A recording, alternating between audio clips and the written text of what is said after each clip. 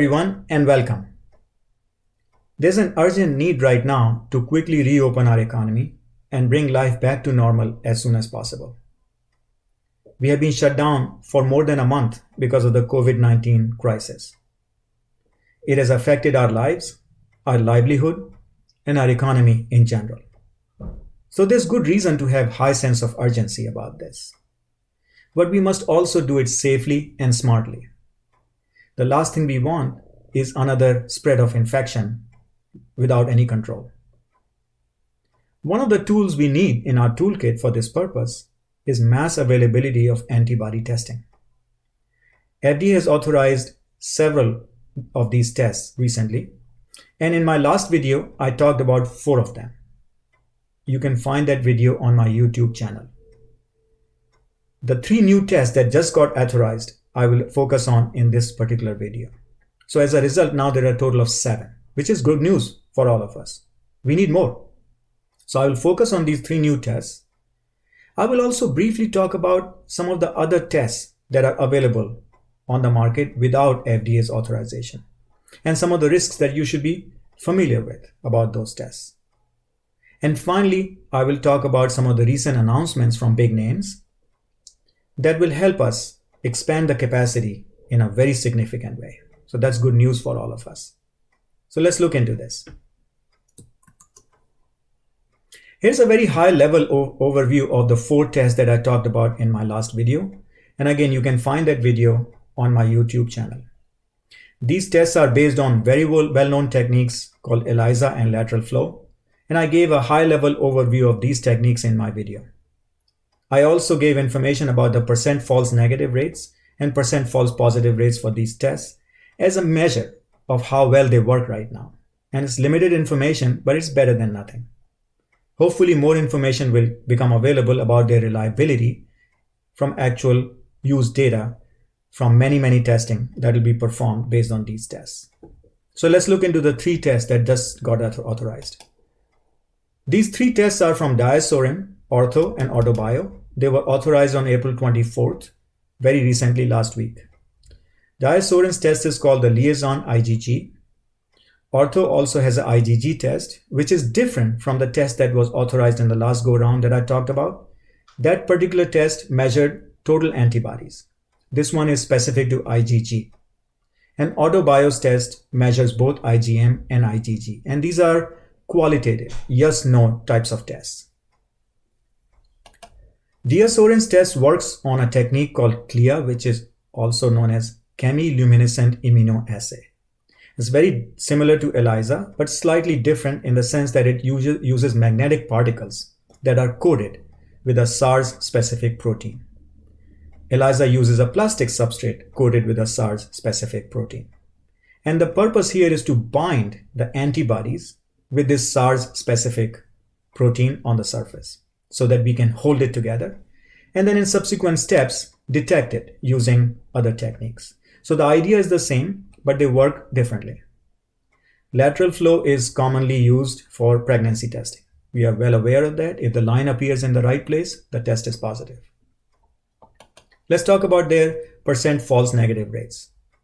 They range from 2.4% to 12.5%, pretty much in the same range as the other 4 tests that I talked about last time. And why is this important? False negative means that the result is negative when it should have been positive, which means that the person had the infection, they recovered, they have the antibodies, but the test is telling us it's negative. So that's a false result. In the current circumstances, I believe the false positive is more critical. And thankfully, for these tests, it's close to 0. What it means is that the test is telling us there's antibody when there's should not be any antibody. And that's more risky because we are making a wrong conclusion about the condition of a particular patient. They did not have an infection. They are at more risk. So they may make decisions which may be risky for us based on this information. Now, you may be more familiar with terminology called diagnostic sensitivity, diagnostic specificity. That's a more standard way of reporting this performance. I choose to do it this way because I focus on the risk. They are completely related with each other, same data, looked at it differently. So again, limited amount of information, but hopefully more information will become available in time, particularly about their reliability, how precise they are, how repeatable they are. That information is very, very important. But this is a good start. Now, I talked about many other tests which are available on the market that do not have authorization from the FDA. And this is a result of a policy FDA put in place where they allowed labs and manufacturers to just inform FDA if they have a quality validated test, simply inform them and abide by some labeling requirements. That's pretty high risk in my opinion because many of these tests are from companies we know nothing about. There is little to no information available about their false positive rate or false negative rates. We don't know how well they work. And sure enough, there are reports in the media about many of these tests failing to perform accurately. So this is a high risk. So if you are an official in the health department somewhere trying to get tests for testing in your state, or if you are a company trying to buy these tests, be aware because their performance may not be good enough and there is not enough disclosure about this performance. My recommendation would be to rely on only FDA authorized tests. More importantly, if you are an individual learning about the fact somewhere on the website that you could just simply get this test at home and use it to know if you have the infection or not, that's very misleading. None of these tests are allowed or authorized to be used at home. They are used only in special healthcare facilities and laboratories. There are many false and misleading claims going on, so I recommend you not to pay attention to those false and misleading claims and talk to your doctor if you think you need a test.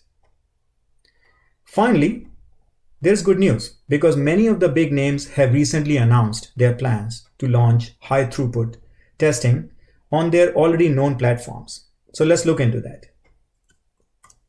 Recently, Abbott announced that they have launched an IgG test on their Architect platform. It's very well known, widely used, very reliable, so that's good news. And even though this specific test is not yet authorized by the FDA, the company has announced plans to seek FDA authorization and also the CE mark. So that's good news. Roche has also announced plans to launch an IgG test in early May on their Cobas E analyzer. And finally, Siemens has announced plans to launch an IgM and IgG test in late May. All these platforms are highly automated and they can handle hundreds of samples on an hourly basis. So that's great news for testing capacity. It'll go up significantly in the coming weeks. Very good news. So a lot is happening. Things are changing fast. Just within a span of days, 3 additional tests have been authorized by FDA. So a total of 7 are now available. I'm doing my best to bring you these updates as frequently as possible. So the best way is to subscribe to my YouTube channel so you'll always be informed and get to know the latest as soon as possible. And here's how you can do that. You can go to my YouTube channel and subscribe here. You can also follow me on LinkedIn. I have provided you a link. And whenever I publish something on LinkedIn, I give you a link to the video on my YouTube channel. So you can use that link to go to my channel and subscribe. Let me know your questions and comments, especially if you have topics of interest that you would like to learn more. I will research and produce these video updates whenever I can. Finally, thank you for your attention and interest. Please be safe, and I look forward to speaking with you soon.